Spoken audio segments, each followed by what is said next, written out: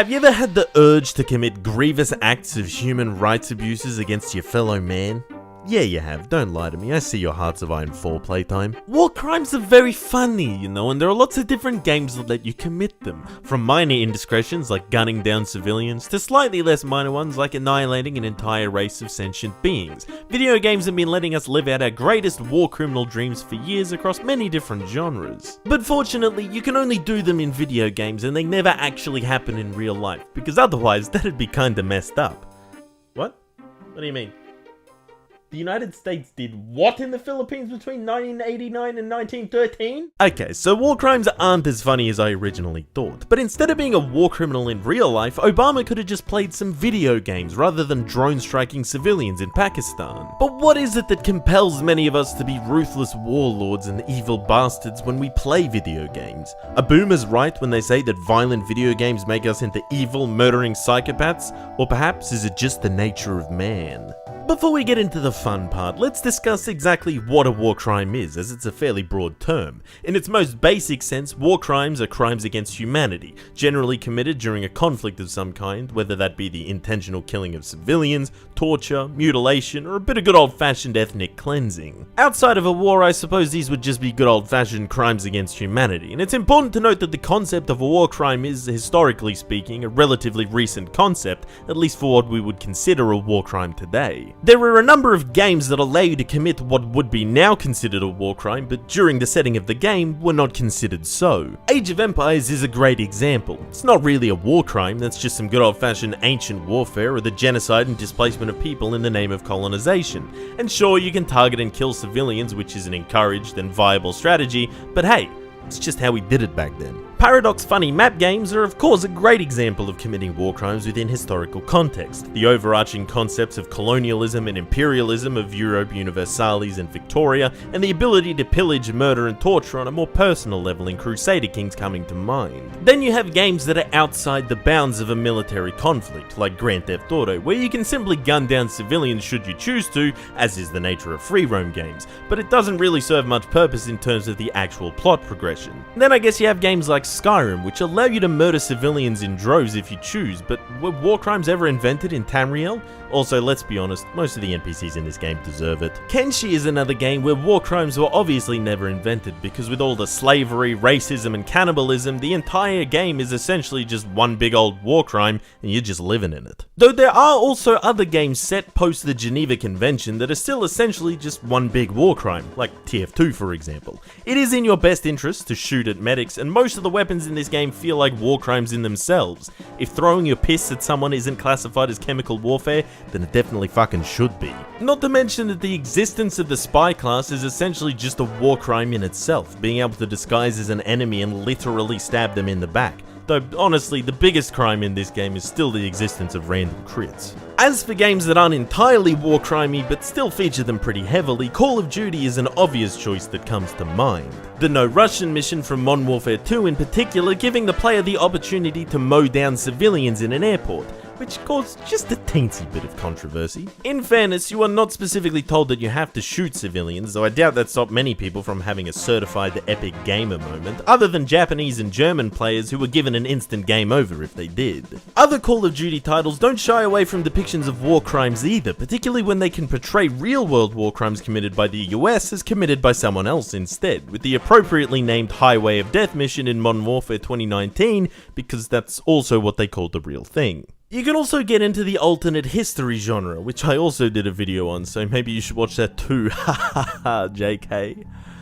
Unless? With games like Half-Life that are more science fiction oriented but still filled with crimes against humanity, like the US government sending in troops to murder all of the science team. And like GTA, the player has the agency to commit those aforementioned gamer moments should they so choose, and let's be honest, you're gonna do it. And of course, how could I talk about committing war crimes, or should I say, spore crimes, without talking about one of my favorites, Spore. I always loved committing war crimes in this game. Blowing up an entire planet with a planet buster in Spore is about as close as you can get as a regular person to saying that Oppenheimer is literally me. I know a lot of people would say that Stellaris is the best game to commit planetary genocide in, and don't get me wrong, it's up there, but Spore walked so that Stellaris could run, and will always be one of the games that got me into committing war crimes as a child. However, one genre stands above all when it comes to being able to commit war crimes in video games, and that is the colony sim. And when it comes to being the CEO, the undisputed king, the Lionel Messi of committing war crimes, RimWorld is the GOAT. So goated at it, in fact, that it was pulled from sale entirely in Australia for a few months in early 2022.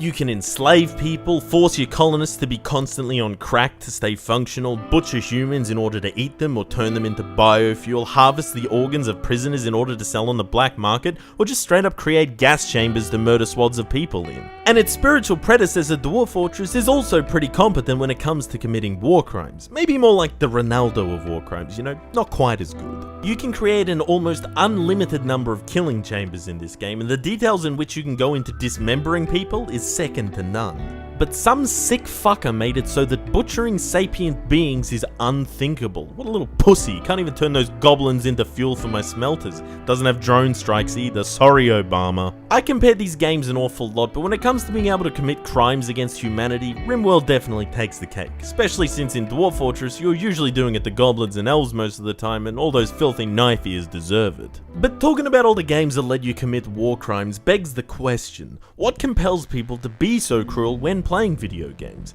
Is it the same force that drove men to commit such acts of evil to their living brethren over the course of history, from the annals of antiquity to the current day? And come on, don't tell me you've never taken the time to have a gamer moment in any video game you've played, because plenty of games let you do it, and that urge is gonna get the best of you at some point.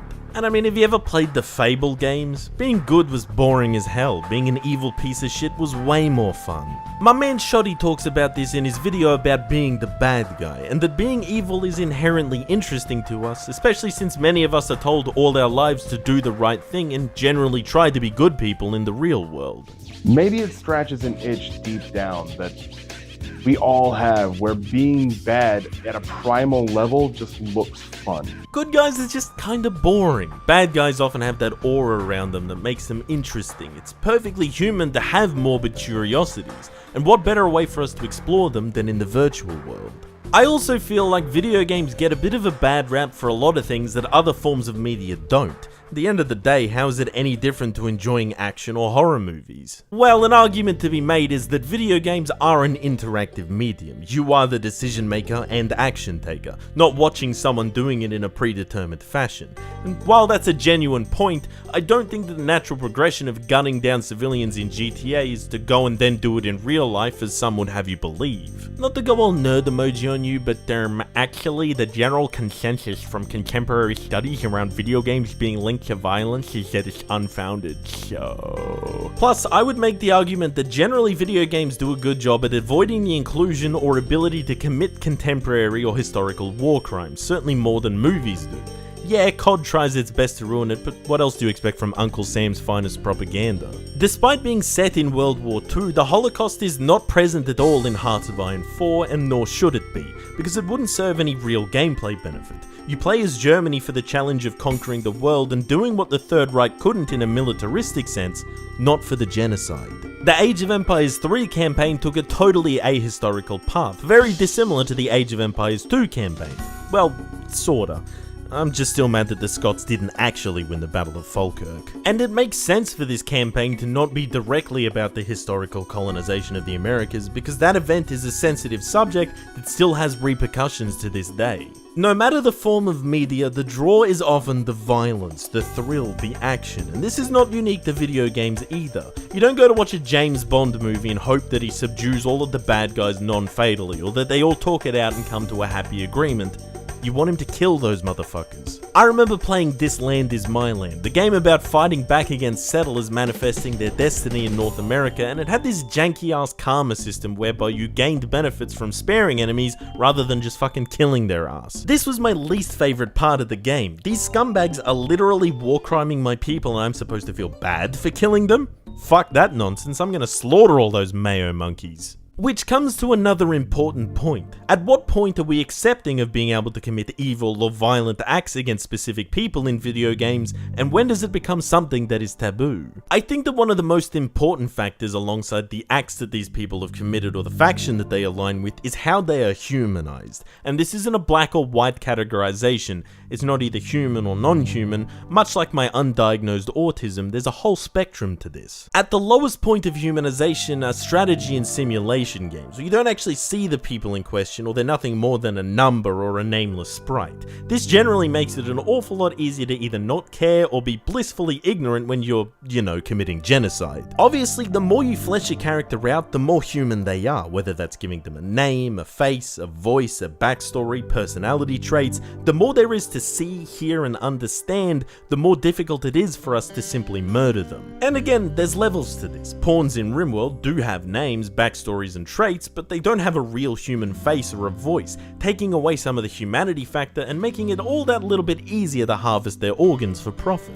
The scientists and security guards in Half-Life don't all have unique voices and faces, nor do they have names and backstories, along with the graphical limitations of the Source engine making them look less like real people, which is why watching them get war-crimed while shouting that they're with the science team is funny as hell and not deeply disturbing. And then you have Skyrim NPCs, many of whom share a voice actor and have only one, maybe two lines of unique dialogue. Nazim has a snobby voice and speaks down to you like you're a peasant, and that's all the context you were given about him as a person, so of course it's fun to murder him. How people act will obviously determine whether or not you feel bad about killing them. People that are openly hostile, part of an evil or morally bankrupt faction, or are just dicks in general, are obviously easier to kill and not feel so guilty about it, certainly more so than people who are helpful or passive. But when this kind of thinking happens in real life, when people are dehumanized, when they are faceless or considered to be lesser or simply inconvenient, is when actual crimes against humanity and acts of terror or violence happen,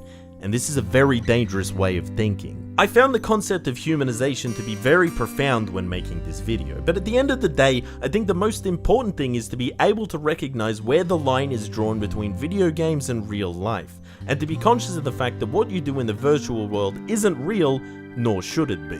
Video games are interactive, yes, but they are distinct from the real world, and it's important to acknowledge that. And surely it's more healthy for people to take out these urges and stresses in a virtual setting than it is to do it in the real world where it has lasting consequences, right? This could be a controversial conclusion to come to, but I don't think that video games make people war criminals any more than they make people violent, which is to say that they don't at all. And the same goes for all other kinds of media. Watching violent movies doesn't make you some sort of psychopathic killer, although watching The Dark Knight did literally make me the Joker. Maybe they just gotta make an Obama movie and we'll see if that makes people into war criminals. It's harder to be cruel to individuals when you have any kind of direct interaction with them and when you give them a distinct voice and face. That's why it's easy to be a ruthless colonial overlord in EU4 without any thought than it is to be mean to an NPC in The Witcher 3. It's also easier to show no mercy to people that we would perceive as deserving it, and that's no different to any other form of media. And as much as it's a troubling precedent to set that people deserve to be war-crimed, in video games, they are nothing more than pixels on a screen and not real people with real lives, experiences, and history.